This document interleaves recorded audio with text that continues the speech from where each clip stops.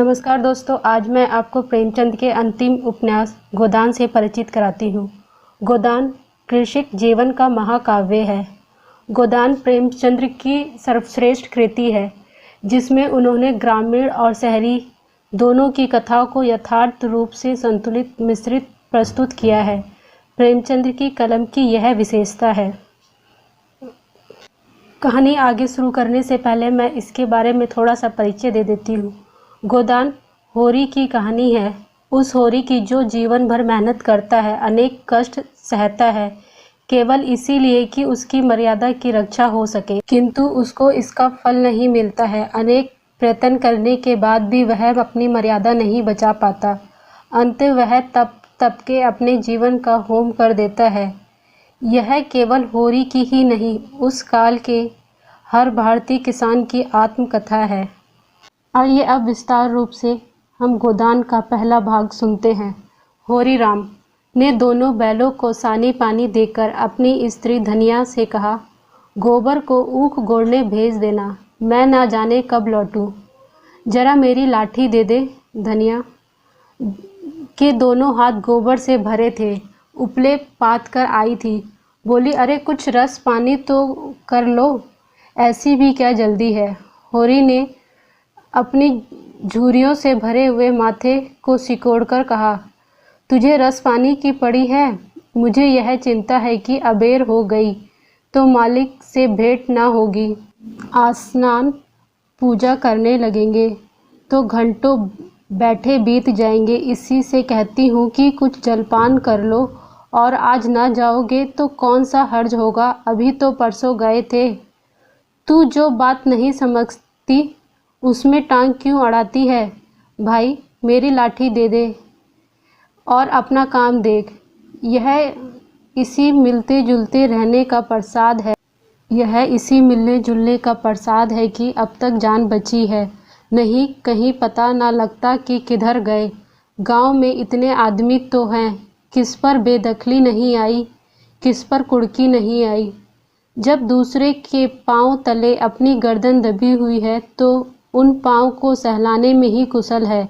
धनिया इतनी व्यवहार कुशल ना थी। उसका विचार था कि हमने जमींदार के खेत जोते हैं तो वह अपना लगान ही तो लेगा, उसकी खुशामद क्यों करे, उसके तलवे क्यों सहलाएं। यद्यपि अपने विवाहित जीवन के इन 20 वर्षों से उसे अच्छी तरह अनुभव हो गया था। कितना ही पेट तन काट लो, मगर लगान से बेकाब होना मुश्किल है। फिर भी वह हार नहीं मानती थी। इस विषय पर स्त्री पुरुष में आए दिन संग्राम छिड़ा रहता था। उसकी 6 संतान थी, अब केवल 3 जिंदा हैं। एक लड़का गोबर जो 16 साल का है, और 2 लड़की सोना और रूपा 12 और 8 वर्ष की हैं। 3 लड़के बचपन में ही मर गए। उसका मन आज भी कहता है, अगर उनकी दवाई होती तो वह आज जिंदा होते। एक थैले की भी दवा ना मंगा सकी। उसकी उम्र ही क्या थी, अभी 26वां साल लगा था, पर सारे बाल पक गए थे। चेहरे पे चिंता के कारण झुर्रियां उसके आत्मसम्मान को उदासीनता का रूप दे दिया। जिस गृहस्थी में पेट की रोटी भी ना मिले, उसके लिए इतनी खुशामद क्यों। इस परिस्थिति के कारण उसका मन बार बार विद्रोह करता था। 2-4 गुड़कियां खा लेने पर उसे यथार्थ का ज्ञान होता था। रास्त होकर होरी की लाठी, जूते, पगड़ी, तमाकू और बटुआ लाकर सामने पटक दिया। होरी ने उसकी ओर आंखें तेतर कर कर कहा, क्या ससुराल जाना है जो 5 पोशाक लाई हो। ससुराल में भी कोई जवान साली सहज नहीं बैठी जिसे जाकर दिखाऊं। होरी के गहरे सांवले चिपके हुए चेहरे पर मुस्कुराहट की झलक पड़ी। धनिया ने लजाते हुए कहा, ऐसे बड़े ही सजीले जवान हो कि साली तुम्हें देखकर रीझ जाएगी। होरी ने फटी हुई मिर्जाई को बड़ी सावधानी से तय करके खाट पर रखते हुए कहा, तू क्या समझती है मैं बूढ़ा हो गया हूँ, अभी 40 भी नहीं हुए। मर्द 60 पर पाठे होते हैं, जाकर शीशे में देखो। तुम जैसे मर्द साठे पर पाठे नहीं होते। दूध दही अंजन लगने तक को तो नहीं मिला पाठे होंगे। तुम्हारी दशा देखकर तो मैं और भी सूखी जाती हूँ कि भगवान यह बुढ़ापा कैसे कटेगा, किसके द्वार पर भीख मांगेंगे। होरी वह क्षणिक मुद्रा यथार्थ इस आँच में झुलझ गई। लकड़ी संभालते हुए बोला, साठे तक पहुँचने की नौबत न आने पाएगी धनिया, इससे पहले ही चल देंगे। धनिया तिरस्कार किया, अच्छा रहने दो, मत मुँह से अशुभ निकालो। तुमसे कोई अच्छी बात भी कहें तो कोसने लगते हो। होरी कंधे पे लाठी रखकर घर से निकला तो धनिया द्वार पर खड़ी उसे देर तक देखती रही। जिसे पकड़े हुए वह सागर को पार कर रही थी। इन असंगत शब्दों ने यथार्थ के निकट होने पर भी मानो झटका देकर उसके हाथ से वह तिनके का सहारा छीनना चाहा और एक कदम बढ़ाए चला जाता था। पगडंडी के दोनों ओर ऊख के पौधों की लहराती हुई हरियाली देखकर उसके मन में आया कि वह पछाई गाय लेगा, उसकी खूब सेवा करेगा, कुछ नहीं तो 4-5 सेर दूध होगा। गोबर दूध के लिए तरसता रह जाता है। इस उम्र में ना खाए पिए तो फिर कब खाएगा। साल भर भी दूध पी ले तो देखने लायक हो जाए। पछवे भी अच्छे बैल निकलेंगे, 200 से कम की ना होगी। फिर गऊ से ही तो द्वार की शोभा है। सवेरे सवेरे गऊ के दर्शन हो जाएं तो क्या कहना। ना जाने कब यह साध पूरी होगी, कब वह शुभ दिन आएगा। हर एक गृहस्थी की भांति होरी के मन में भी गऊ की लालसा चिरकाल से संचित चली आती थी। यही उसके जीवन का सबसे बड़ा सपना, सबसे बड़ी साध थी। बैंक के सूद से छुटकारा या जमीन खरीदने या महल बनवाने की विशाल आकांक्षा उसके नन्हे से हृदय में कैसे समाती। दोनों और खेतों में काम करने वाले किसान उसे देखकर राम राम करते और सम्मान भाव से चीलम पीने का निमंत्रण देते थे। पर होरी को इतना अवकाश ही कहाँ था। उसके अंदर बैठी हुई सम्मान लालसा ऐसा आदर पाकर उसके मुख पर गर्व की झलक पैदा कर रही थी। मालिक से मिलते जुलते रहते ही का तो यह प्रसाद है कि सब उसका आदर करते हैं, नहीं तो उसे कौन पूछता। 5 बीघे किसान की बिसाती क्या। यह कम आदर नहीं है कि 3-3 4-4 हल वाले महतो भी उसके सामने सर झुकाते हैं। सहसा उसने देखा भोला अपनी गाय लिए इसी तरफ चला आ रहा है। भोला इसी गांव से मिले हुए पूर्वे का ग्वाला था और दूध मक्खन का व्यवसाय करता था। अच्छा दाम मिल जाने पर कभी कभी किसानों के हाथ गाय बेच भी देता था। होरी का मन उन गायों को देखकर ललचा गया। अगर भोला उसे आगे वाली गाय दे दे तो क्या कहना। रुपए आगे पीछे देता रहेगा। वह जानता था घर में रुपए नहीं है, अभी तक लगान नहीं चुकाया जा सका। लेकिन बरसों से जो साध उसके मन में थी उसने उसे विचलित कर दिया। भोला के समीप जाकर बोला, राम राम भोला भाई, कहो क्या रंग ढंग है। सुना है अब की मेले से नई गाय लाए हो। भोला ने रुखाई से जवाब दिया। होरी की मन की बात को ताड़ गया था। हाँ, 2 बछियाएं और 2 गाय लाया। पहली वाली गाय सूख गई थी। बंधी पर दूध न पहुँचे तो गुजर कैसे हो। होरी ने आगे वाली गाय के पट्टे पर हाथ रखकर कहा, दुधारू तो मालूम होती है, कितने में ली। भोला ने सान जमाई। अब की बाजार में तेज रहा, मैं तो इसके 80 रुपये देने पड़े। आंखें निकल गई। 30-30 रुपये तो दोनों जोड़ों के दिए। बड़ा भारी कलेजा है भाई तुम लोगों का। लेकिन फिर लाए भी तो वह माल हो कि यहाँ 10-5 गांव में किसी के पास नहीं निकले। भोला पर नशा चढ़ने लग गया। भोला, राय साहब इसके 100 रुपये देते थे, दोनों बैलों के 50-50 रुपये, लेकिन हमने ना कह दी। इसमें क्या संदेह है भाई? मालिक क्या खाक लेंगे? नजराने में मिल जाए तो भले ले ले। यह तुम्ही लोगों का गुर्दा है कि अंजलि भर रुपए तकदीर के भरोसे गिन देते हो। यही जी चाहता है कि इसके दर्शन करता रहूं। धन्य है तुम्हारा जीवन कि गऊ की इतनी सेवा करते हो। हमें तो गाय का गोबर भी मैसर नहीं। घरवाली बार बार कहती है, भोला भैया से क्यों नहीं कहते? मैं कहता हूँ कभी मिलेंगे तो कहूँगा। तुम्हारे स्वभाव से बड़ी प्रसन्न रहती है। कहती है ऐसा मर्द नहीं देखा कि जब बातें करेंगे नीचे आंखें करके कभी सर नहीं उठाते।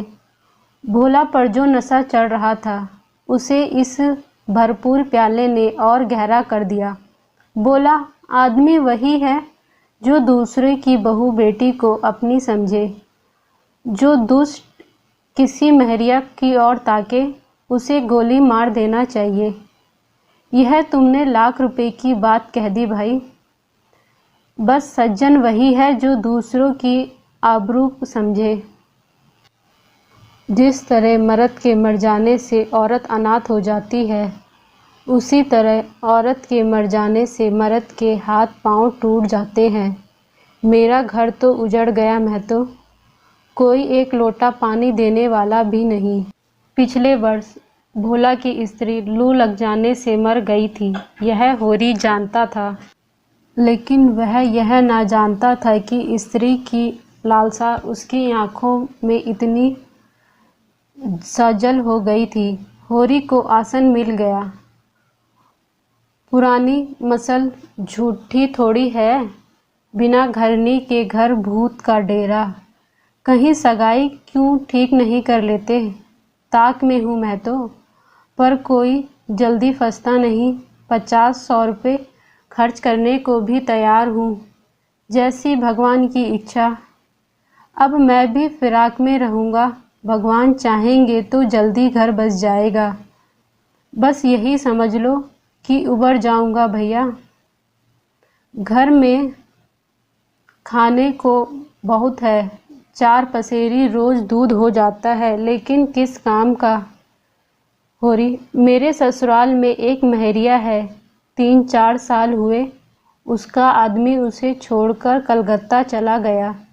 बेचारी पिसाई करके गुजारा कर रही है। बाल बच्चा भी कोई नहीं, देखने सुनने में अच्छी है, बस लक्ष्मी समझ लो।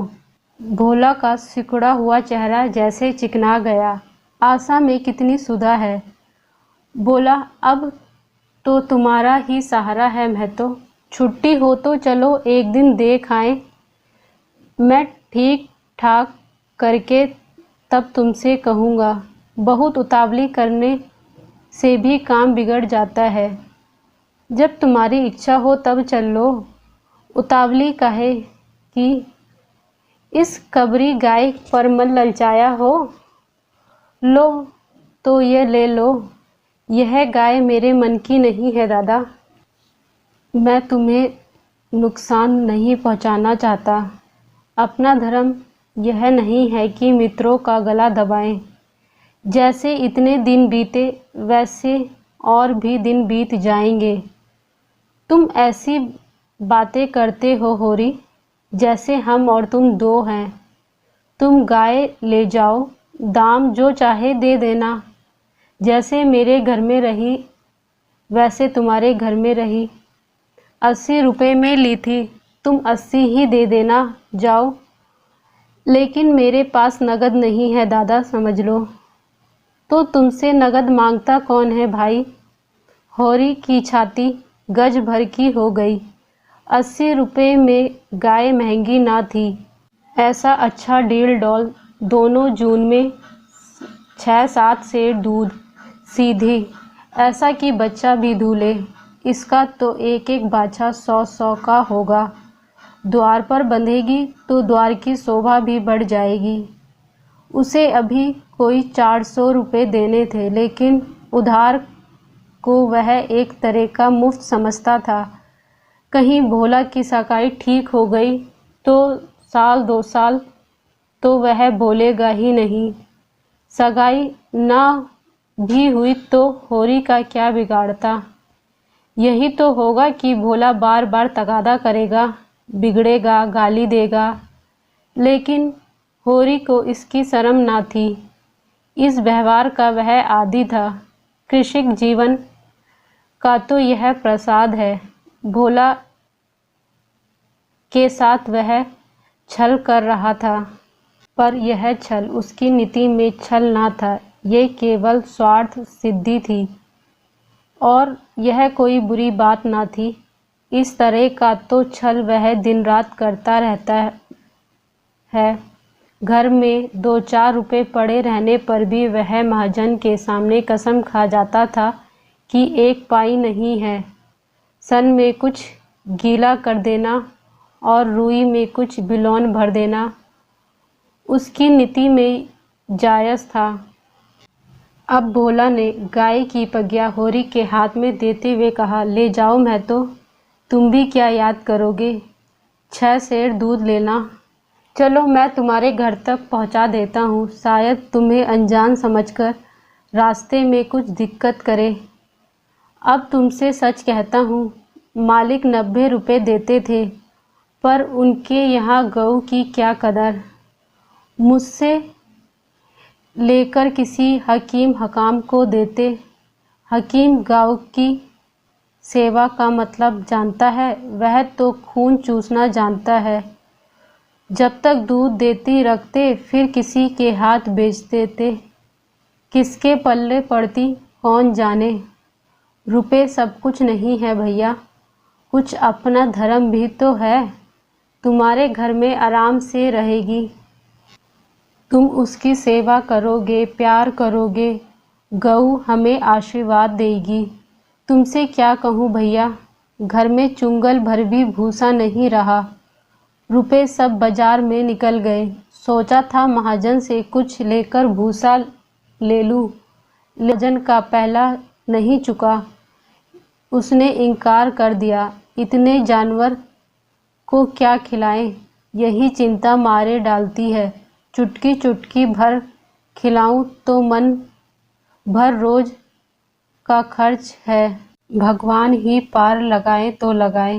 होरी ने सहानुभूति के स्वर में कहा, तुमने हमसे क्यों नहीं कहा। हमने एक गाड़ी भूसा बेच दिया। भोला ने माथा ठोककर कहा, इसलिए नहीं कहा भैया कि सबसे अपना दुख क्यों रोऊं। बांटता कोई नहीं, हंसते सब हैं। जो गाय सूख गई उनका गम नहीं। पति सती खिलाकर जिला लूँगा, लेकिन अब यह तो रत्ती बिना नहीं रह सकती। हो सके तो 10-20 रुपये भूसे के लिए दे दो। होरी किसान था, वह किसी के जलते हुए घर में हाथ सेकना उसने ना सीखा था। भोला की संकट कथा सुनते ही उसके मनोवृत्ति बदल गई। पगिया को भोला के हाथ में लौटाते हुए बोला, रुपए तो दादा मेरे पास नहीं है। हाँ, थोड़ा सा भूसा बचा है, वह तुम्हें दे दूँगा। चलकर उठवा लो। भूसे के लिए तुम क्या गाय बेचोगे। और मैं लूँगा, मेरे हाथ ना कट जाएं। भोला ने आर्द्रकंठ से कहा, तुम्हारे बैल भूखे ना मरेंगे। तुम्हारे पास भी ऐसा कौन सा बहुत सा भूसा रखा है। नहीं दादा, अब की भूसा अच्छा हो गया था। मैंने तुमसे नाहक भूसे की चर्चा की। तुम ना कहते तो पीछे मुझसे मालूम होता तो मुझे बड़ा रंज होता कि तुमने मुझे इतना गैर समझ लिया। अवसर पड़ने पर भाई की मदद ना करे तो कैसे काम चले। मुद्दा यह गाय तो लेते जाओ। अभी नहीं दादा, फिर ले लूँगा। तो भूसे के दाम दूध में कटवा लेना। होरी ने दुखित स्वर में कहा। दाम कौड़ी की इसमें कौन बात है दादा? मैं 1-2 जून तुम्हारे घर खा लूँ तो तुम मुझसे दाम मांगोगे, लेकिन तुम्हारे बैल भूखे मरेंगे कि नहीं? भगवान कोई ना कोई सलीब निकाल ही लेगा। आषाढ़ सिर पर है, कड़वी बोलूँगा, मगर यह गाय तुम्हारी हो गई। जिस दिन इच्छा हो आकर ले जाना। किसी भाई का नीलाम पर चढ़ा हुआ है। बैल लेने में जो पाप है वह इस समय तुम्हारी गाय लेने में है।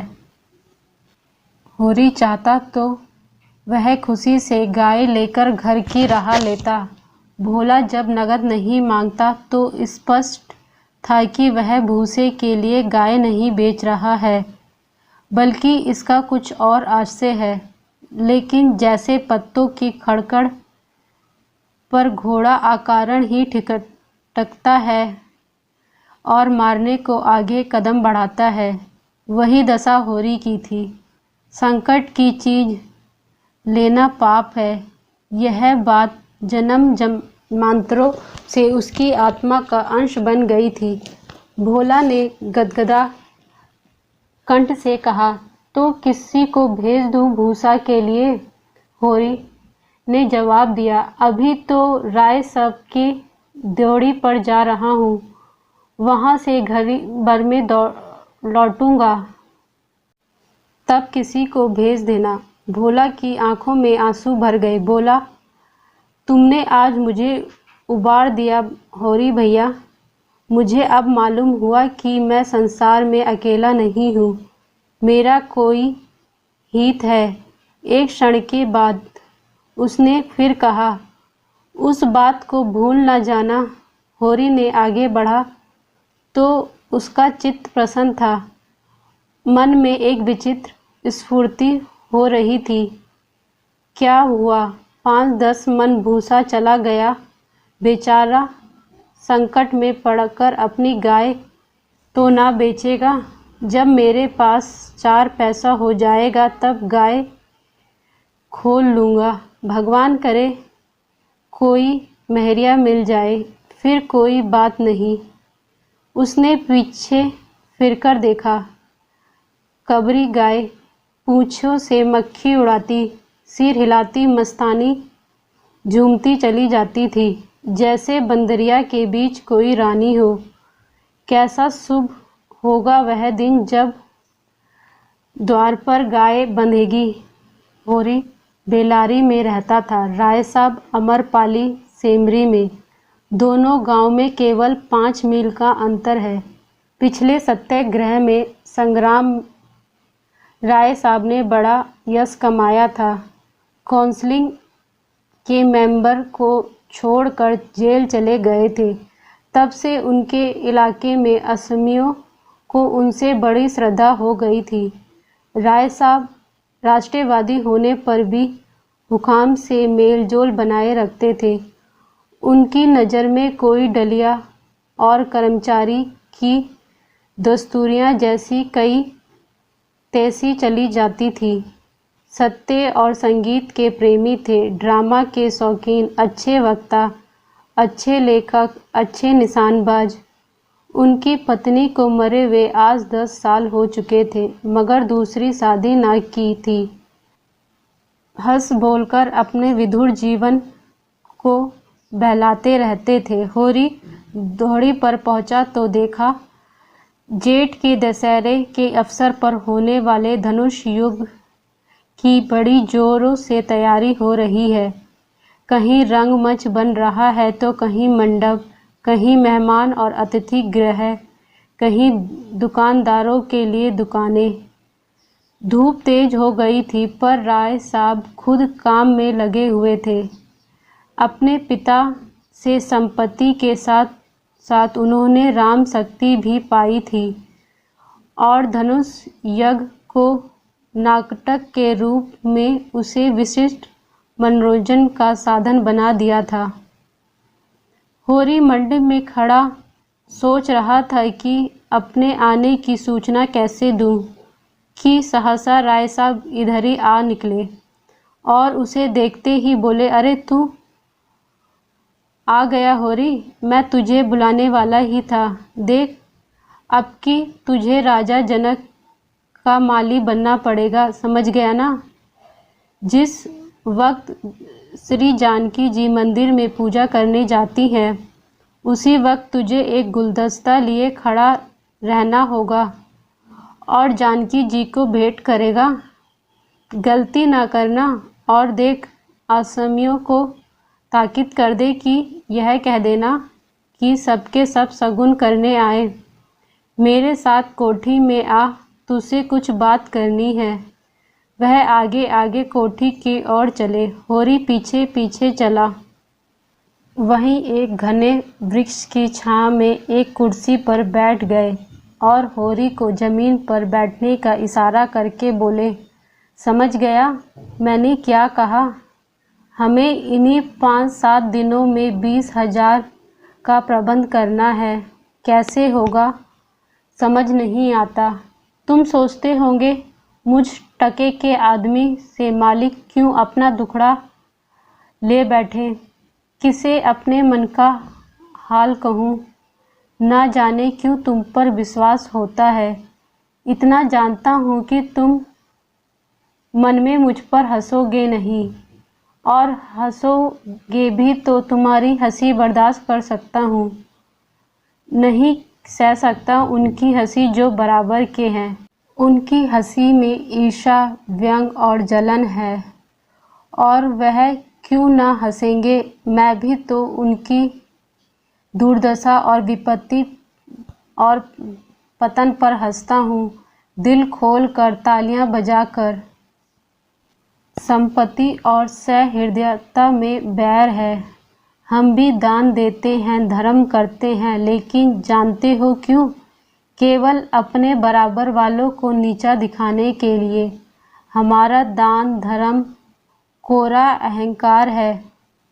हम में से किसी पर डिग्री हो जाए, किसी का जवान बेटा मर जाए, किसी की विधवा निकल जाए, किसी के घर में आग लग जाए, कोई किसी वैसा के हाथ उल्लू बन जाए, तो सभी भाई उस पर हंसेंगे, बंगले झांकेंगे, मानो कि सारी संसार की संपदा मिल गई, और मिलेंगे तो इतने प्रेम से जैसे हमारे पसीने की जगह खून बहाने को तैयार हैं। अरे और तो और हमारे चचेरे, फुफेरे, ममेरे, मौसेरे भाई जो इसी रियायत के बदले मौज उड़ा रहे हैं, कविता कर रहे हैं, शराब पी रहे हैं, जुआ खेल रहे हैं, वह भी मुझसे जलते हैं। आज मर जाऊं तो घी का चिराग जलाएं, मेरे दुख को समझने वाला कोई नहीं। नज़र में मुझे रोने का कोई अधिकार नहीं। अगर मैं रोता हूँ तो दुख की हंसी उड़ाता हूँ। राय साहब ने गाड़ी को आगे बढ़ाने के लिए 2 बीड़े पान खाए और होरी के मुंह की ओर ताकने लगे, जैसे मनोभाव को पढ़ना चाहते हो। होरी ने साहस बटोरते हुए कहा, हम समझते थे कि ऐसी बातें हम ही लोगों में होती हैं, पर जान पड़ता है कि बड़े आदमियों में भी उनकी कमी नहीं है। राय साहब ने मुंह में पान भरकर कहा, तुम हमें बड़ा आदमी समझते हो। हमारे नाम बड़े हैं पर दर्शन थोड़े हैं। गरीब में अगर ईर्ष्या और बैर है तो स्वार्थ के लिए या पेट के लिए। ऐसी ईर्ष्या और बैर को तो मैं समा समझता हूँ।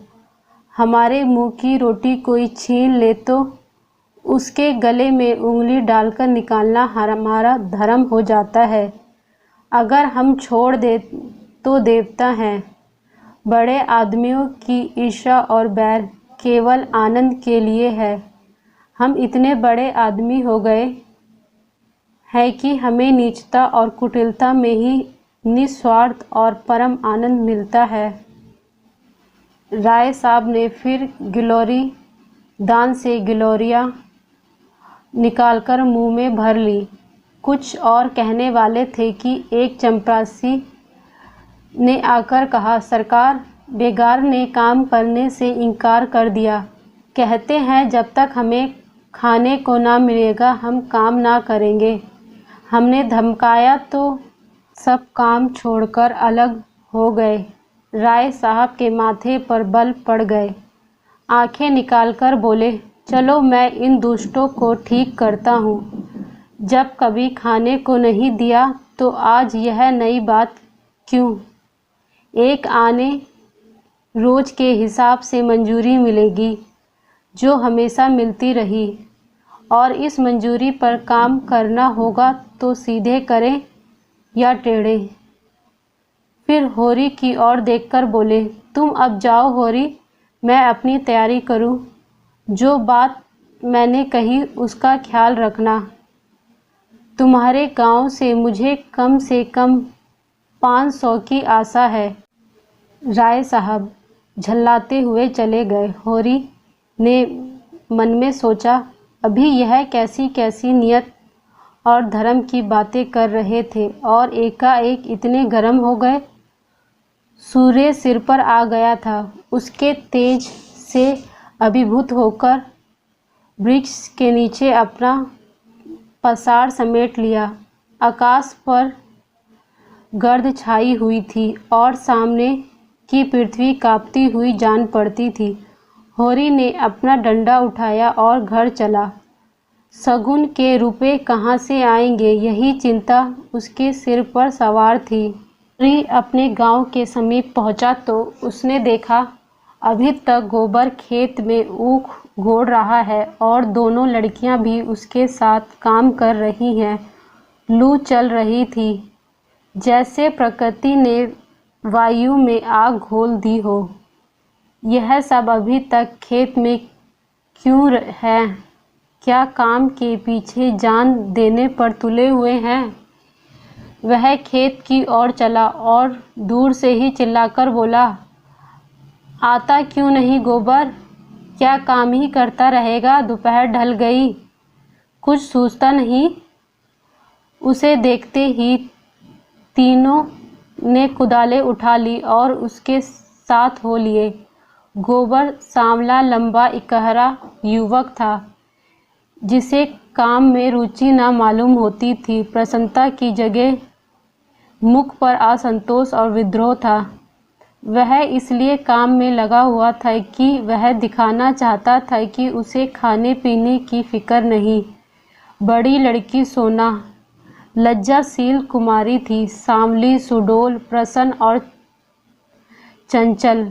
गाढ़े लाल रंग की साड़ी, जिसे वह घुटनों से मोड़कर कमर में बांधे हुए थी, उसके हल्के शरीर पर कुछ लदी हुई सी थी। छोटी रूपा 5-6 साल की छोकरी थी।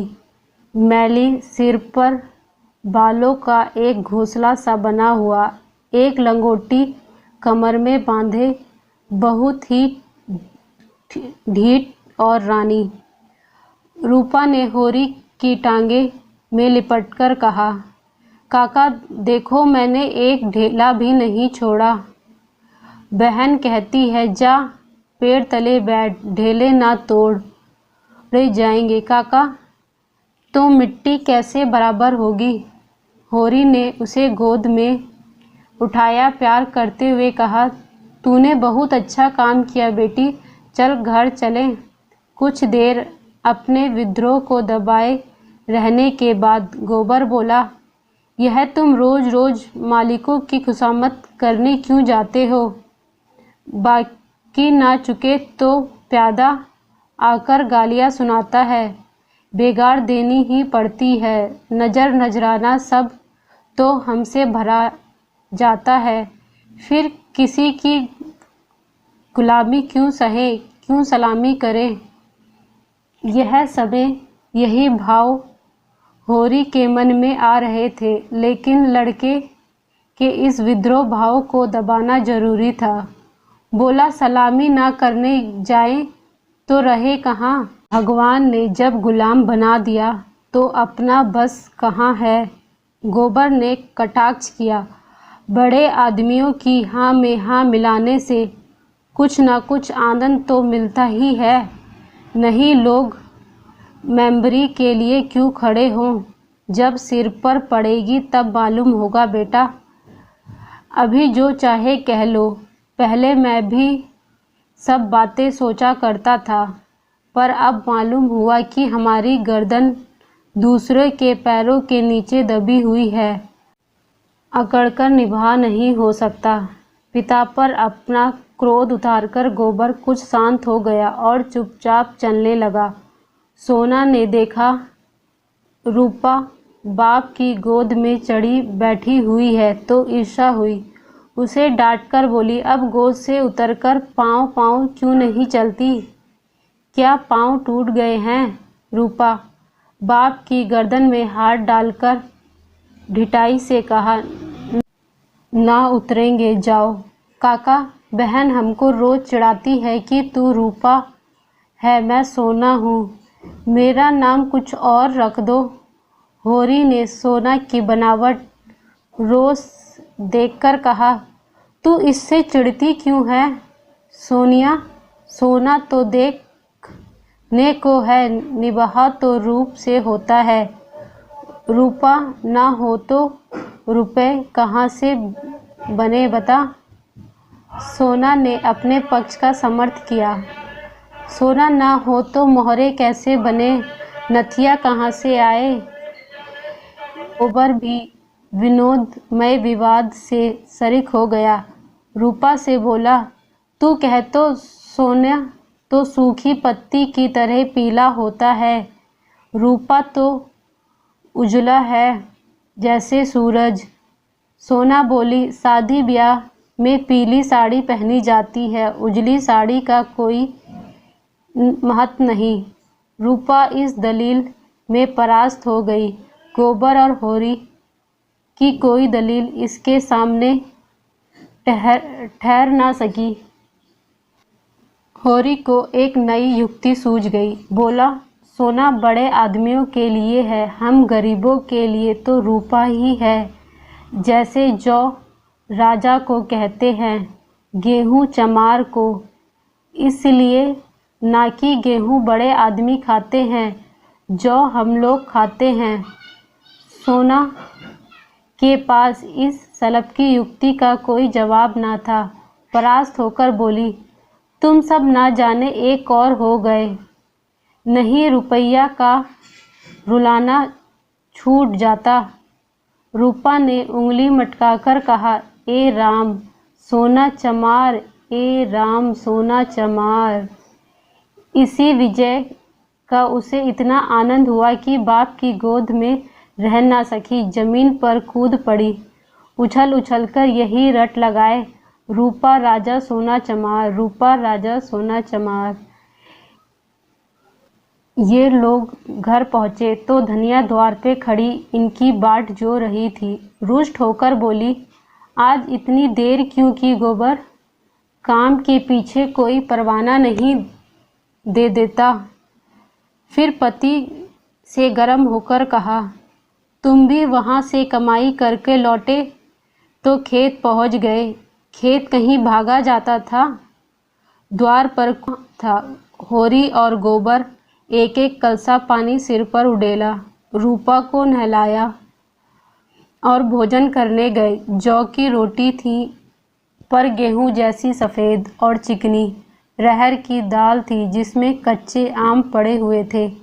रूपा बाप की थाली में खाने बैठी। सोना ने ईर्ष्या भरी आंखों से देखा, मानो कह रही थी, वाह रे दुलार। धनिया ने पूछा, मालिक से क्या बातचीत हुई? होरी लोटा भर पानी चढ़ाते हुए कहा, यही तहसील वसूल की बात कर रहे थे और क्या। हम लोग समझते हैं कि बड़े आदमी सुखी होंगे, लेकिन सच पूछो तो वह हमसे ज़्यादा दुखी हैं। हमें पेट की चिंता है, उन्हें हजारों चिंताएं घेरी रहती हैं। राय साहब ने और क्या क्या कहा, वह कुछ होरी को याद ना था। व्यंग करते हुए कहा, तो फिर अपना इलाका हमें क्यों नहीं दे देते? हम अपने खेत, बैल, हल, कुदाल सब उन्हें देने को तैयार हैं।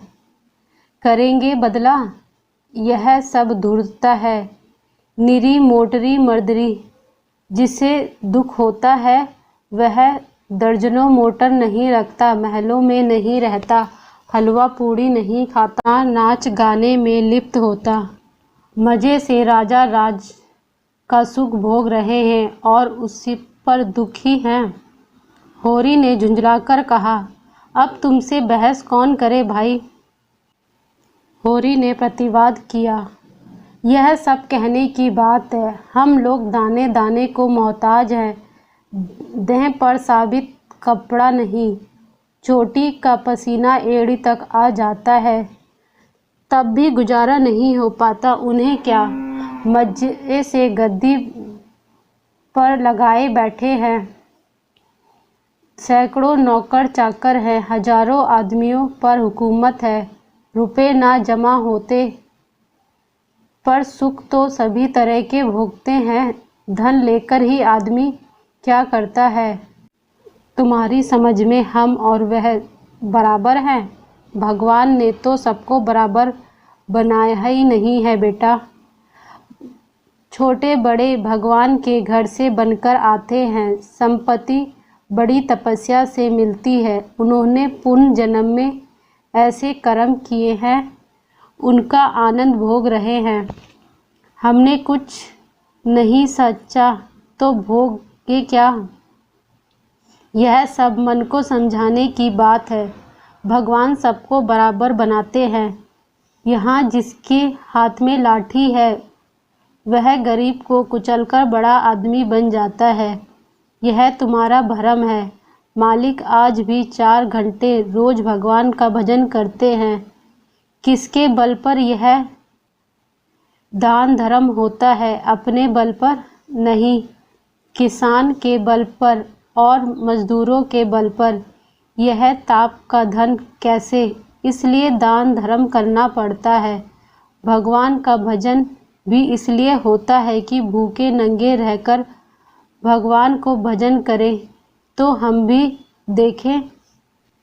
होरी ने हार कर कहा, तुम्हारे मुंह कौन लगे भाई, तुम भगवान के लीला में भी टांग अड़ाते हो। तीसरे पहर गोबर कुदाल लेकर चला तो होरी ने कहा, जरा ठहर जाओ बेटा, हम भी चलते हैं, थोड़ा डाल दो। मैंने भोला को देने को कहा है, बेचारा आजकल बहुत तंग है। गोबर ने अवज्ञा भरी आंखों से देखकर कहा, हमारे पास बेचने को भूसा नहीं है। बेचता नहीं हूँ भाई, यूं ही दे रहा हूँ। वह संकट में है, उसकी मदद तो करनी ही पड़ेगी। हमें तो उन्होंने एक गाय भी नहीं दी। दे तो रहा था पर हमने नहीं ली। धनिया मटक कर बोली, गाय नहीं, वह दे रहा था, इन्हें गाय देगा। आंखें तो अंजन लगाने को भी चुल्लू भर दूध तो भेजा नहीं, गाय देगा। होरी ने कसम खाई, नहीं जवानी कसम, अपनी पछाई गाय दे रहा था। हाथ तंग है, भूसा चारा नहीं रख सके, अब एक गाय बेचकर भूसा लेना चाहता है। मैंने सोचा संकट में पड़े आदमी की क्या गाय लूँ, थोड़ा सा भूसा दिए देता हूँ, कुछ रुपए हाथ आ जाएंगे तो गाय ले लूँगा, थोड़ा थोड़ा कर कर चुका दूँगा। 80 रुपए की है, मगर ऐसे आदमी देखता रहे। गोबर ने आड़े हाथ लिया, साफ साफ बात तो यह है, 80 रुपए की गाय है, हमसे 20 रुपए का भूसा ले ले और गाय हमें दे दे। 60 रुपए रह जाएंगे, वह हम धीरे धीरे दे देंगे। होरी रहस्यमय ढंग से मुस्काया, मैंने ऐसी चाल सोची है कि गाय सेत में हाथ आ जाएगी। कहीं भोला की सगाई ठीक करनी है, बस 2-4 मन भूसा तो खाली अपना रंग जमाने को देता हूँ। गोबर ने तिरस्कार किया, तो तुम सबके सगाई कराते फिरोगे? धनिया ने तीखी आंखों से देखा, अब यही उद्यम तो रह गया है। नहीं देना है हमें भूसा किसी को, यहाँ भोला भोली किसी का कर्ज नहीं खाया। होरी ने सफाई दी, अगर मेरी जतन से किसी का घर बस जाए तो इसमें कौन सी बुराई है। गोबर ने चीलम उठाई और आग लेने चला गया। उसे यह झमेला बिल्कुल न भाता था। धनिया ने सर हिलाकर कहा, जो उनका घर बसाएगा वह 80 रुपये की गाय लेकर चुप ना होगा, एक थैली गिनवाएगा। होरी ने पुचारा दिया, यह मैं जानता हूँ, लेकिन उसकी भलमनसी को भी तो तुम देखो। मुझे जब मिलता है तेरा बखान करता है, ऐसी लक्ष्मी ऐसी सलीकेदार है। धनिया के मुख पर मुस्कुराहट की झलक पड़ी। मन भाई मुड़िया हिलाए वाले भाव से बोली, मैं उनके बखान की भूखी नहीं हूँ, अपना बखान धरें। होरी ने स्नेह भरी मुस्कान के साथ कहा, मैं तो कह दिया भैया, वह नाक पर मक्खी ना बैठने देती, गालियों से बात करती है, लेकिन वह यही कहे जाए कि वह औरत नहीं लक्ष्मी है। बात यह है कि उसकी घरवाली जवान की बड़ी तेज थी। बेचारा उसके डर से भागा भागा फिरता था।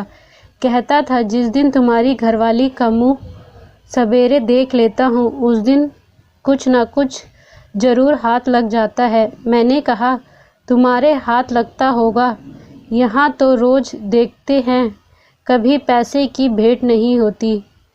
तुम्हारे भाग ही खोटे हैं तो मैं क्या करूँ। लगा अपने घरवाली की बुराई करने।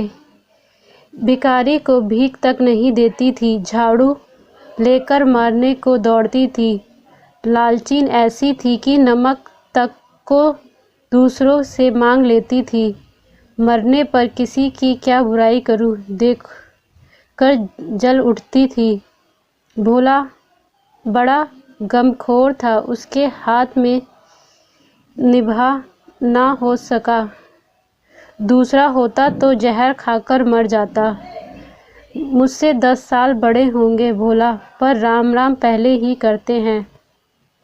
तो क्या कहते थे, जिस दिन तुम्हारी घरवाली का मुंह देख लेता हूँ तो क्या होता है, उस दिन भगवान कहीं ना कहीं से कुछ भेज देते हैं।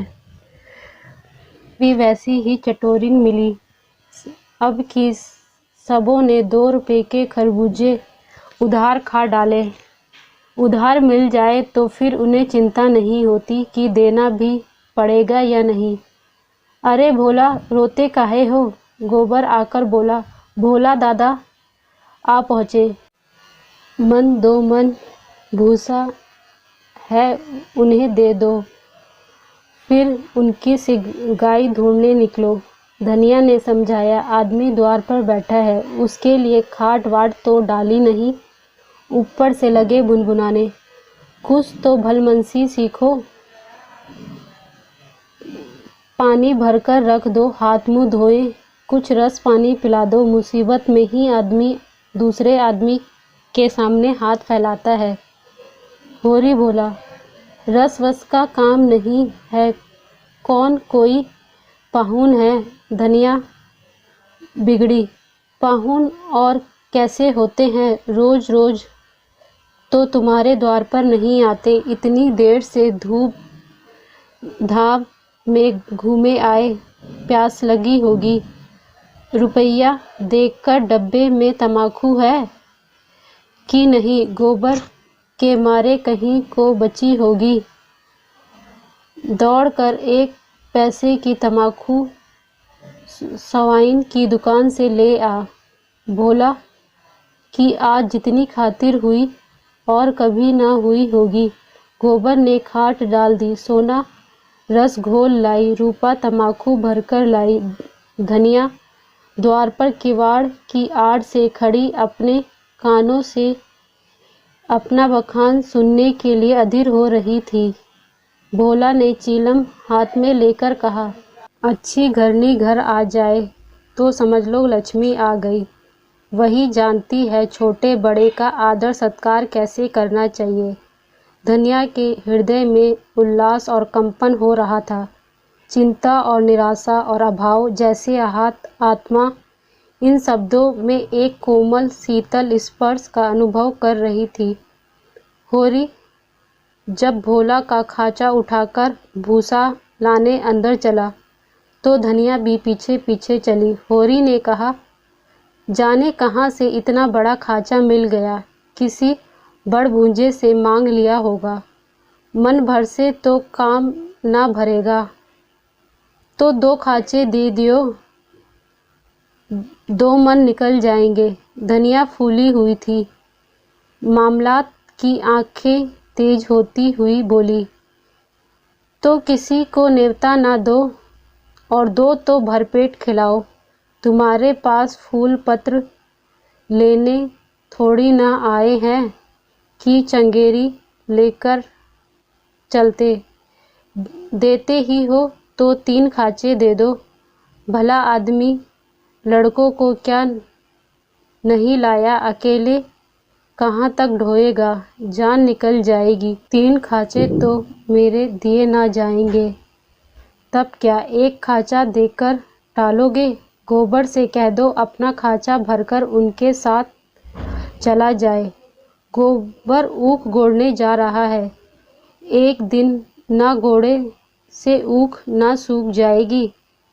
यह तो उनका काम था कि किसी को अपने साथ लेते आते। भगवान के दिए 2 बेटे हैं, ना होंगे घर पर, दूध लेकर बाजार गए होंगे।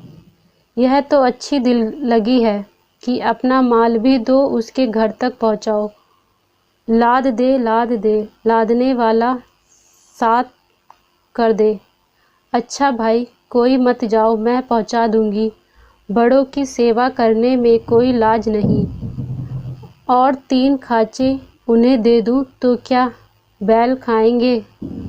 यह सब तो न्योता देने से पहले सोच लेना था। ना हो तो तुम गोबर दोनों चले जाओ। अच्छा भाई, जान ना खा, हम दोनों चले जाएंगे। कहाँ से कहाँ, मैं इन्हें भूसा देने को कह दिया। यह तो चलेगी नहीं, ना दौड़ेगी। 3 खांचे भूसे से भर दिए गए। गोबर कूड़ रहा था। उसे अपने बाप के व्यवहार में जरा भी विश्वास ना था। वह समझता था कि यहाँ जहाँ जाते हैं वहीं कुछ न कुछ घर से खो आते हैं। धनिया प्रसन्न थी। रहा होरी, वह धर्म और स्वार्थ के बीच में डूब उतर रहा था। होरी और गोबर मिलकर 1 खांचा बाहर लाए। भोला ने तुरंत अपनी अंगोछा का बिंड बनाकर सिर पर रखते हुए कहा, मैं इस एक घर रखकर अभी भागा आता हूँ, 1 और खांचा लूँगा। होरी बोला, 1 नहीं, अभी 2 और भरे हैं। तुम्हें ना आना पड़ेगा। मैं और गोबर 1-1 खांचा तुम्हारे साथ ले ही चलते हैं। भोला स्तंभित हो गया। होरी उसे अपना भाई बल्कि उससे भी निकट जान पड़ा। उसे अपने भीतर से एक तृप्ति का अनुभव हुआ जिसने मानो उसकी संपूर्ण जीवन को हरा कर दिया। तीनों भूसा लेकर चले तो राह में बात होने लगी। भोला ने पूछा, दशहरा आ रहा है, मालिक को द्वारा बड़ी धूमधाम होगी। हाँ, तंबू गड़ गया है। अब की लीला में मैं भी काम करूँगा। राय साहब ने कहा है तुम्हें राजा जनक का माली बनना पड़ेगा। मालिक तुमसे बहुत खुश हैं, उनकी दया है। एक क्षण में भोला ने फिर पूछा, शगुन करने के लिए कुछ रुपए का जुगाड़ कर लिया? माली बन जाने से तो गला ना छूटेगा। होरी ने मुंह का पसीना पोंछकर कहा, उसी की चिंता तो मारे डालती है दादा। अनाज तो सब का सब खलियान में ही तुल गया। जमींदार ने अपना लिया, महाजन ने अपना लिया, मेरे लिए 5 सेर अनाज बचा। यह भूसा तो मैंने रातों रात ढोकर छिपा लिया था, नहीं तो तिनका ना बचता। जमींदार तो एक ही है, मगर महाजन 3-3 और सवाइन अलग मांगे, दाता दिन अलग। किसी का ब्याज भी पूरा ना चुका, जमींदार भी आधे रुपए बाकी पड़े हैं।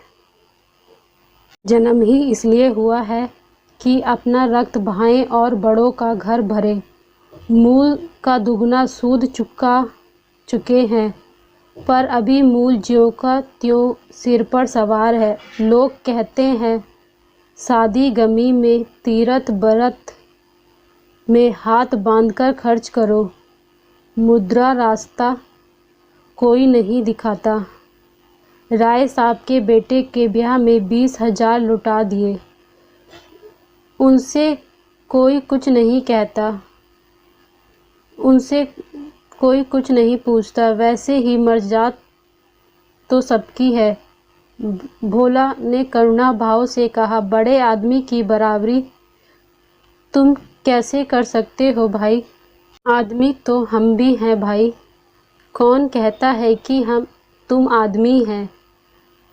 आदमी वह है जिनके पास धन है, अख्तियार है, इल्म है। हम लोग तो बैल हैं, जो जोतने के लिए पैदा हुए हैं। उस पर एक दूसरे को देखा नहीं जाता, एका का नाम नहीं। एक किसान दूसरे के खेत पर ना चढ़े तो कोई जगह कैसे करे? प्रेम तो इस संसार से उठ गया। भोला ने सहृदय से पूछा, अलगोजे के समय तो तुम्हें बड़ा रंज हुआ होगा। भाई को तो तुमने बेटों की तरह पाला था। होरी आद्रकंठ से बोला, कुछ ना पूछो दादा, यही तो जी चाहता था कि कहीं जोक में डूब मरूं। मेरे जीते जी सब कुछ हो गया। जिनके पीछे अपनी जवानी धूल में मिला दी, वही मुद्दाई हो गए। और झगड़े की जड़ क्या थी? यही मेरी घरवाली हार में काम करने क्यों नहीं जाती? पूछो, घर में देखने वाला कोई होना चाहिए कि नहीं? लेना देना, उधार उठाना संभालना, यह कौन करेगा? औरत घर संभालने के लिए होती है। झाड़ू, चौका, बर्तन, लड़कों की देखभाल, यह कोई थोड़ा काम है? इस मालिकपन में गोबर की माँ की जो दुर्गति हुई, वह मैं ही जानता हूँ। बेचारी देवरानी के फटे पुराने कपड़े पहनकर दिन काटती थी, अपने खुद भूखी सोती, लेकिन बहुओं को जलपान तक का ध्यान रखती। अपने दे गहने का नाम धागा ना था। देवरानी के लिए 2-2, 4-4 गहने बनवा दिए। सोने के ना सही, चांदी के तो हैं। जलन यही थी कि यह मालिक क्यों है। बहुत अच्छा हुआ कि अलग हो गए, मेरे सिर से बला टली। भोला ने एक लोटा पानी चढ़ाकर कहा, यही हाल हर घर का है भैया। इन्हीं दुखड़ों में रास्ता कट गया। भोला का पूर्वा था तो छोटा, मगर बहुत गुलजार था। अधिकतर अहीर यहीं बसे थे। भोला गांव का मुखिया था। द्वार पर बड़ी बड़ी सी चरनी थी, जिस पर 10-12 गाय भैंसें खड़ी सानी खा रही थीं। ओसारे में एक बड़ा सा तख्त पड़ा था, जो शायद 10 आदमियों से भी न उठे। किसी खूंटी पर ढोलक लटक रही थी तो किसी पर मजीरा। एक ताक पर कोई पुस्तक बस्ते में बंधी हुई रखी थी, शायद रामायण हो। दोनों बहुएं सामने बैठी गोबर पात रही थी और जुनिया चौखट पर खड़ी थी। उसकी आंखें लाल थी और नाक के सिर पर भी सुर्खी थी। मालूम होता था अभी रोकर उठी है। उसकी मसाल स्वस्थ सुगठित अंगों में मानो यौवन लहर मार रहा था। मुंह बड़ा था और गोल था, गाल फूले हुए, छोटी छोटी आंखें भीतर धसी हुई थी। माथा पतला पर वृक्ष का उभार था। गुलाबी रंग की साड़ी और भी शोभा प्रदान कर रही थी। भोला को देखते ही उसने लपककर सिर से खांचा उतरवाया। भोला ने गोबर और होरी के खांचे उतरवाए और झुनिया से बोला, पहले एक चिलम भर ला, फिर थोड़ा सा रस बना ले। पानी ना हो तो गगरा ला, मैं खींच दूँ। होरी महतो को पहचानती है ना? फिर होरी से बोला, घरनी के बिना घर नहीं रहता भैया, पुरानी कहावत है। नाटे बैल क्या खेती करेंगे और बहुएं क्या घर संभालेंगी। जब से इनकी माँ मरी है, जैसे घर की बरकत ही उठ गई। बहुएं आटा तो पाथ लेती हैं, पर गृहस्थी क्या जाने। हाँ, मुँह चलाना खूब जानती हैं। सब के सब आलसी हैं, कामचोर। जब तक जीता हूँ इनके पीछे मरता हूँ। मर जाऊँगा तो आप सिर पर हाथ रखकर रोएंगी। लड़की भी वैसी ही है, छोटा सा ओढ़ना भी करेगी तो भुनभुनाकर। मैं तो सह लेता हूँ, कसम थोड़ी ना सहेगा। जुनिया एक हाथ में भरी हुई चीलम, दूसरे हाथ में रस का लोटा लिए बड़ी फुर्ती से आ पहुँची। फिर रस्सी और कलश लेकर पानी भरने चली। गोबर ने उसकी तरफ हाथ बढ़ाकर कलश लेने को झेपा। तुम रहने दो, मैं भर लाता हूँ। जुनिया ने कलश ना दिया। कुएं के जगत पर जा कर मुस्कुराती हुई बोली, तुम हमारे मेहमान हो, कहोगे एक लोटा पानी किसी ने ना दिया। मेहमान काहे से हो गए, तुम्हारे पड़ोसी ही तो हूँ। रोज आने से मर्जाद तो नहीं रहती। जुनिया हंसकर तिरछी नज़रों से देखती हुई बोली, वही मर्जाद तो दे रही हूँ। महीने में एक बार आओगे तो ठंडा पानी दूंगी, 15वें दिन आओगे तो चीलम दूंगी, 7वें दिन आओगे तो खाली बैठने को माची दूंगी। रोज रोज आओगे तो कुछ ना पाओगे, दर्शन तो दोगी। दर्शन के लिए पूजा करनी पड़ेगी। यह कहते कहते उसे कोई भूली हुई बात याद आ गई। उसका मुंह उदास हो गया। वह विधवा है। ये नारित के द्वार पर पहले पति रक्षक बना बैठा रहता था। वह निश्चित थी, अब उस द्वार पर कोई रक्षक ना था, इसलिए वह उस द्वार को सदैव बंद रखती थी। कभी कभी द्वार खोलती है, पर किसी को आते देख भयभीत होकर दोनों पाटे भेड़ लेती है। गोबर ने कलसा भरकर निकाला।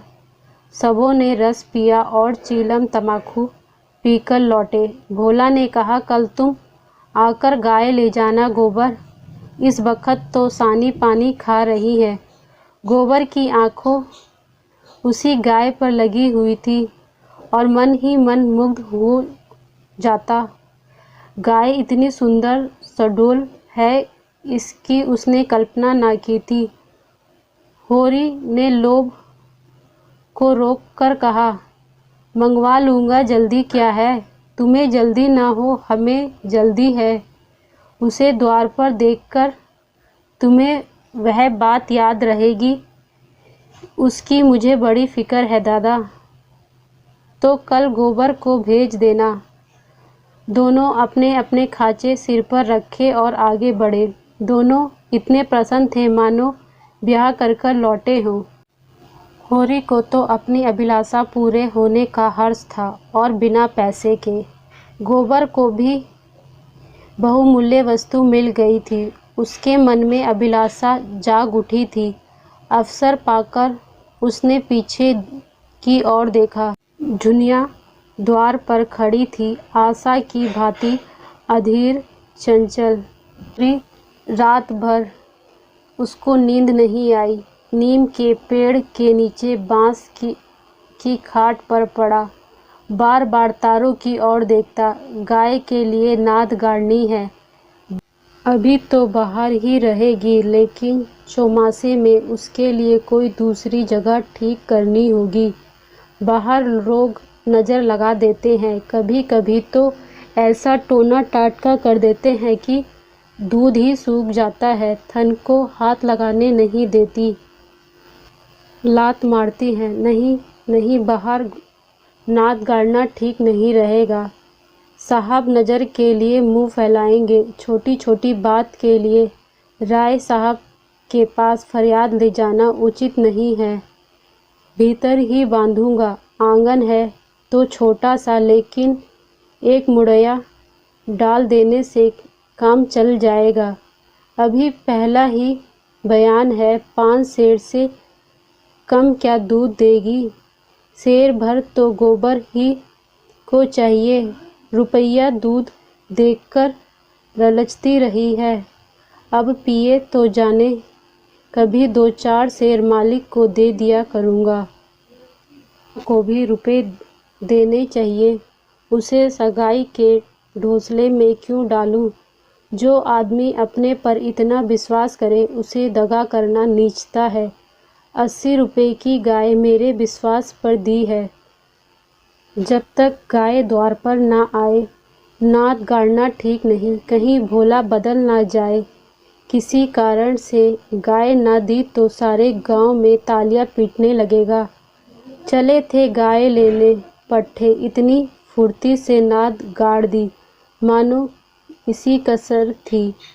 भोला है तो अपने घर का मालिक, लेकिन जब लड़के सयाने हो गए तो बाप की कौन चलती है। कमाता है, जंगी है, अकड़ जाए तो क्या भोला अपने मन से गाय मुझे देगा? कभी नहीं। सहसा गोबर चौंक उठा। आंखें मलते हुए बोला, अरे यह तो भोर हो गया। तुमने नाद गाड़ दी दादा? नहीं, अभी नहीं। कहीं ना मिले तो? गोबर ने त्योड़ी चढ़ाकर कहा। क्यों नहीं मिलेगी? उनके मन में कोई चोर बैठ जाए। चोर बैठ जाए, डाय बैठे, गाय तो उन्हें देनी पड़ेगी। गोबर ने कुछ और न कहा, लाठी कंधे पर रखी और चल दिया। होरी उसे जाते देखता हुआ अपना कलेजा ठंडा करता रहा। अब लड़के की सगाई में देरी ना करनी चाहिए। 17वां लग गया, मगर कैसे करे? पैसे के दर्शन हो तो करे। महतो लड़का देखने आते हैं, पर घर की दशा देखकर मुंह फीका करके चले जाते हैं। 2 राजी भी हुए तो रुपए मांगते थे। 200-300 लड़की का दाम चुकाएं और इतना ऊपर से खर्च करें, तब जाकर विवाह होए। कहाँ से आवे इतने रुपए? एक आदमी आकर राम राम किया और पूछा, तुम्हारी कोठी में कुछ बांस होंगे महतो? होरी ने देखा, दमड़ी बसारे सामने खड़ा है। नाटा, काला, मोटा, बड़ी बड़ी मूछें वाला, कमर में बांस काटने के लिए कटार खोसे है। साल में 1-2 बार आकर चीक, कुर्सी, टोकरी बनाने के लिए बांस काट ले जाया करता था। होरी प्रसन्न हो गया। मुट्ठी गर्म होने की कुछ आशा बंधी। मोलभाव करके 25 रुपए के सैकड़े बांस में 50 बांस का बयाना ले लिया। फिर दोनों लौटे।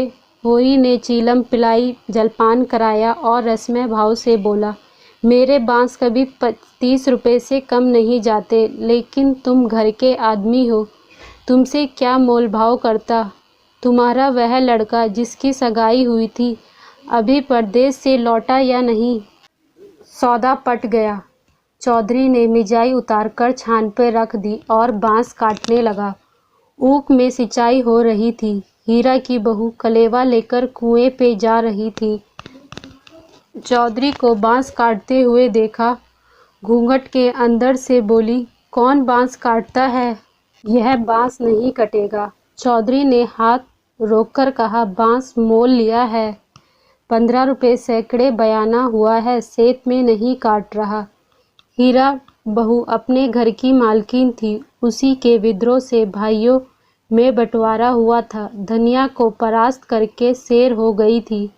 हीरा कभी कभी उसे मारता था। हाल में ही इतना मारा था कि कई दिन तक खाट से नहीं उठी। हीरा क्रोध में उसे मारता था, लेकिन चलता उसी के इशारों पर था। चौधरी औरत जात के विषय में बातचीत करना नीति के विरुद्ध समझते थे। बोले, जाकर अपने आदमी को भेज दो, जो कुछ कहना हो आकर कहे। हीरा बहू का नाम था पुन्नी। पुनिया समीप आकर चौधरी के हाथ पकड़ने की चेष्टा करते हुए बोली, आदमी को क्यों भेज दूं? जो कुछ कहना है मुझसे कहो। मैंने कह दिया मेरे बांस ना कटेंगे। चौधरी हाथ छुड़ाता था और पुनिया बार बार पकड़ लेती। पुनिया का रोना सुनकर हौरी दौड़ा हुआ आया। पुनिया ने उसे देखकर जोर से चिल्लाना शुरू किया। चौधरी को जोर से एक लात जमाकर बोला, अब अपना भला चाहते हो चौधरी तो यहाँ से चले जाओ, तुम्हारी लाश उठेगी। तुमने अपने को समझा क्या है? तुम्हारी इतनी मजाल, मेरी बहू को पर हाथ उठाओ। चौधरी कसम खाकर सफाई देने लगा कि औरत समझकर वह पिटता रहा। उसने कुछ न कहा। बहू को तो छुआ भी नहीं। क्या वह इतना गवार है कि महतो की औरत पर हाथ उठाए? होरी अविश्वास करके आंखों में धूल मत झोंको चौधरी। हीरा को खबर मिली कि चौधरी और पुनिया की लड़ाई हो रही है। हीरा को चौधरी की बजाय पुनिया पर गुस्सा आया। आते ही उसने पुनिया का हाथ पकड़ लिया और घसीटता हुआ अलग ले जाकर लात जमाना शुरू किया। तू हमारी नाक कटाने पे लगी है? तू छोटे छोटे आदमियों से लड़ती फिरती है, किसकी पगड़ी नीचे होती है बता? हम तो कलेऊ की बाट देख रहे हैं, तू यहाँ लड़ाई ठाने बैठी है। इतनी बेशर्मी। पुनिया हाय हाय करती जाती और उसे कोसती। तेरी मिट्टी उठे, तुझे हैजा हो जाए, तुझे कोढ़ हो जाए, घिनौनी मौत मरे। हीरा तिलमिला उठा और दांत पीसते हुए बोला, हाँ मेरे हाथ पैर कट जाएंगे तो तुझे लेकर चाटूंगा। तू इतनी बड़ी गृहस्थी चलाएगी? तू तो दूसरा भतार करके किनारे खड़ी हो जाएगी। चौधरी को पुनिया की इस दुर्गति पर दया आ गई। हीरा को उदार भाव से समझाने लगा। हीरा ने चौधरी को डांटा, तुम चुप रहो, मेरे क्रोध के बीच में ना पड़ो। चौधरी पसीने से लथपथ आकर कहा, महतो चलकर बांस गिन लो, कल ठेला लाके ले जाऊंगा। होरी ने बांस गिनने की जरूरत न समझी। चौधरी ऐसा आदमी नहीं है, फिर एक आधा बांस काट ही लेगा तो क्या। चौधरी ने 7.5 रुपये निकालकर उसके हाथ में रख दिए। चौधरी ने पसीने से लथपथ आकर महतो से कहा, आकर बांस गिन लो, कल ठेला लाकर उठा ले जाऊंगा। होरी ने बांस गिनने की जरूरत न समझी कि चौधरी ऐसा आदमी नहीं है, फिर एक आधा बांस काट ही लेगा तो क्या। चौधरी ने 7.5 रुपये निकालकर उसके हाथ में रख दिए। होरी ने गिनकर कहा, और निकालो, हिसाब से 2.5 रुपये और होते हैं। चौधरी ने बेमुरवत से कहा, 15 रुपये में तय हुआ था कि नहीं? 15 रुपये में नहीं, 20 रुपये में। हीरा, महतो ने तुम्हारे सामने 15 रुपये कहे थे, कहो बुलाऊं? तय तो 20 रुपये में ही हुआ था चौधरी। अब तुम्हारी जीत है, जो चाहो कहो। 2.5 रुपये निकलते हैं, तुम दे दो। मगर चौधरी कच्ची गोलियां ना खेलता था, अब उसे किसका डर था। होरी के मुंह पर ताला पड़ गया, क्या कहे, माथा ठोक कर रह गया। बस इतना बोला। यह अच्छी बात नहीं है चौधरी, 2 रुपए दबाकर राजा ना हो जाओगे। चौधरी तीक्ष्ण स्वर में बोला, और तुम क्या भाई के थोड़े से पैसे दबाकर राजा हो जाओगे? 2.5 रुपए में अपना ईमान बिगाड़ रहे थे उस और दूसरों को उपदेश देते हो। अभी पर्दा खोलूं तो सिर नीचा हो जाए। धनिया ने कहा, अब खड़े क्यों हो, गोबर सांझ को आएगा। होरी ने कुछ ना कहा। कहीं धनिया फिर कुछ ना कह बैठे। भोजन करके नीम की छांव में लेटा रहा। रूपा रोती हुई आई, नंगे बदन, एक लंगोटी लगाए, बाल इधर उधर बिखरे हुए। होरी की छाती पर लौट गई। इसकी बड़ी बहन सोना कहती है गाय आएगी तो उसका गोबर मैं पाथूंगी। रूपा नहीं बर्दाश्त कर सकती थी। सोना ऐसी कहाँ की बड़ी रानी है, सारा गोबर आप पाथ ले। रूपा उसे किसी बात में कम ना है। सोना रोटी पकाती तो रूपा बर्तन नहीं मांजती। सोना पानी लाती तो क्या रूपा कुएं से रस्सी नहीं लाती? सोना तो कलसा भरकर इठलाती चलती है, रस्सी समेटकर रूपा ही लाती है। गोबर दोनों पाथेंगी। सोना खेत गोड़ने जाती है तो क्या रूपा बकरी चराने नहीं जाती? फिर सोना ही अकेले क्यों गोबर पातेगी? यह अन्याय रूपा कैसे सहे?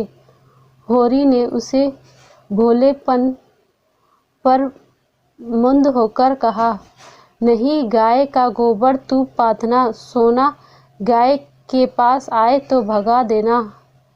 रूपा ने पिता के गले में हाथ डालकर कहा, दूध भी मैं ही पीऊंगी। हाँ हाँ, तू ही दूहना और पीना। वह मेरी गाय होगी। हाँ, 16 आने तेरी। रूपा प्रसन्न होकर विजय का समाचार प्रजित सोना को सुनाने चली गई। गाय मेरी हो गई, उसका दूध मैं ही दूंगी, उसका गोबर मैं ही पाथूंगी, तुझे कुछ ना मिलेगा। तभी सोना रूपा दोनों दौड़ी हुई आई और एक साथ बोली, भैया गाय ले रहे हैं। आगे आगे गाय, पीछे पीछे भैया। रूपा ने पहले गोबर को आते देखा था। यह खबर सुनाने की खुशी का इनाम उसे मिलना चाहिए था। सोना बराबर का हिस्सेदार हुई जाती है। उसने आगे बढ़कर कहा, पहले मैंने देखा था तभी दौड़ी, बहन ने तो पीछे से देखा। सोना इसे दावे को स्वीकार न कर सकी। बोली, तूने भैया को कहाँ से पहचाना? तू तो कहती थी कोई गाय भागी आ रही है। मैंने ही कहा था कि भैया हैं। दोनों फिर बाघ की तरह दौड़ी गाय के स्वागत करने के लिए। धनिया और होरी दोनों गाय का बांधने का प्रबंध करने लगे। होरी बोला, चलो जल्दी से नाथ गाड़ दे। धनिया के मुख पर जवानी की चमक उठी थी। नहीं, पहले थाली में थोड़ा सा आटा और गुड़ का घोल रख दे। बेचारी धूप में चली आई होगी, प्यासी होगी। तुम जाकर नाथ गाड़ो, मैं घोलती हूँ। कहीं एक घंटी पड़ी थी, उसे ढूंढ ले, उसके गले में बांधेंगे। सोना कहाँ गई? साहुआइन की दुकान से थोड़ा सा काला डोरा मंगवा लूं। गाय को बहुत नज़र लगती है। आज मेरे मन की बहुत बड़ी लालसा पूरी हो गई। धनिया अपने हार्दिक उल्लास को दबाए रखना चाहती थी। इतनी बड़ी संपदा साथ कोई बाधा ना लाए, यह शंका उसके निराश हृदय में कंपन डाल रही थी। आकाश की ओर देखकर बोली, गाय आने का आनंद तो तब है कि उसका पौरा भी अच्छा हो। भगवान के मन की बात है। मानो वह भगवान को भी धोखा देना चाहती थी। भगवान को भी दिखाना चाहती थी कि इस गाय के आने से उसे आनंद नहीं हुआ। अभी आटे का घोल बना ही रही थी कि गोबर गाय को लिए बालकों के एक जुलूस के साथ द्वार पर पहुंचा। होरी ने दौड़कर गाय के गले से लिपट गया। धनिया ने आटा छोड़ दिया और जल्दी से पुरानी साड़ी का एक काला सा किनारा फाड़कर गाय के गले में बांध दिया। आज भगवान ने यह दिन दिखाया है कि उसके घर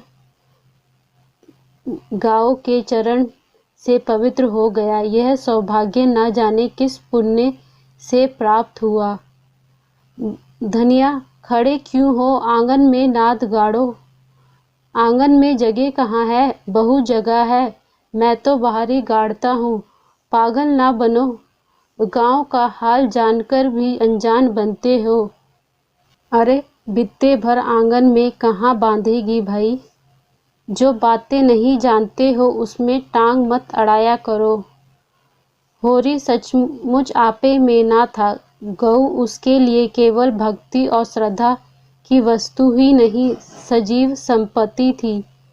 वह उसे अपने द्वार की शोभा और घर का गौरव बढ़ाना चाहता था। वह चाहता था कि लोग गाय को द्वार पर बंधी देखकर पूछे, यह किसका घर है? लोग कहें, होरी महतो का।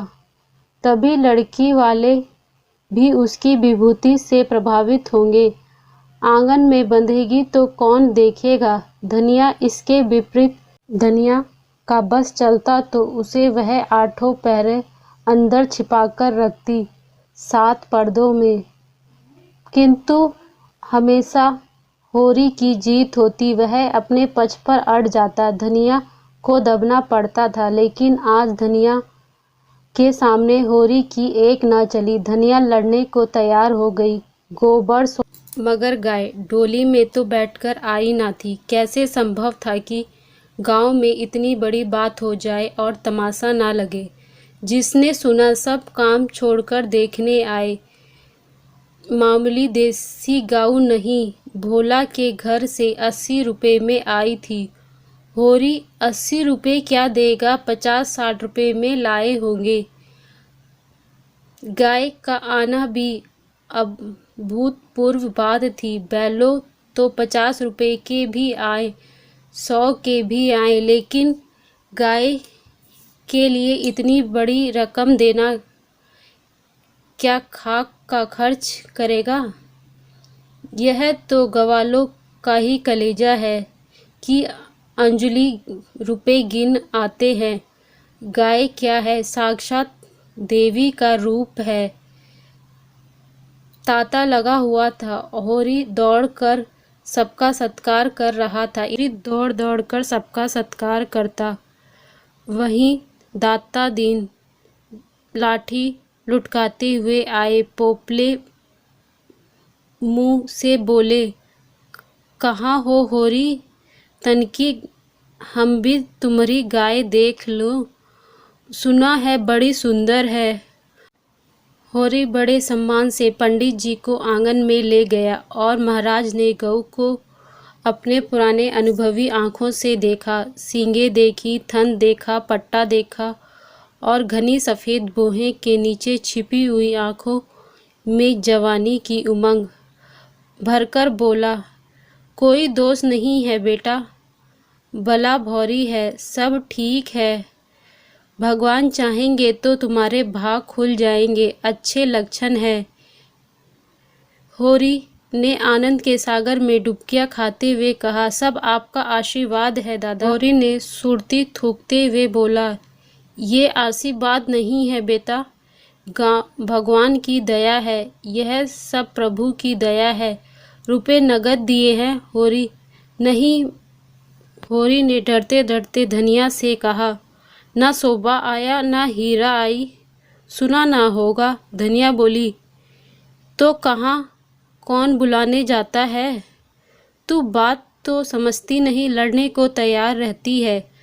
भगवान ने जब ये दिन दिखाया है तो हमें सिर झुकाकर चलना चाहिए। आदमी को अपने सगे के मुंह से भलाई बुराई सुनने में जितनी लालसा होती है, बाहर वालों के मुंह से नहीं। फिर अपना भाई है, लाख बुरा हो तो भी अपना है। अपने हिस्से के बखरे के लिए सभी लड़ते हैं, दोनों को बुलाकर दिखा देना चाहिए, नहीं तो कहेंगे गाय लाए बताया तक नहीं। धनिया नाक सिकोड़े हुए कहती है, मैंने तुमसे 100 बार 1000 बार कह दिया, मेरे मुंह पर भाइयों का बखान ना किया करो। उनका नाम सुनकर देह में आग लग जाती है। सारे गांव ने सुना, क्या उनने ना सुना? इतनी दूर तो नहीं रहते, सारा गांव देखने आया। उन्हीं के पाँव में मेहंदी लगी थी, मगर आए कैसे? जलन हो रही होगी कि इसके घर गाय आ गई, छाती फटी जाती होगी। चलिए दोस्तों, यह एक कहानी का पहला भाग था। इसका अंत हम यहीं करते हैं। अगर आपको अच्छी लगी हो तो लाइक और सब्सक्राइब करिएगा। जल्दी हम दूसरा भाग लेकर आते हैं।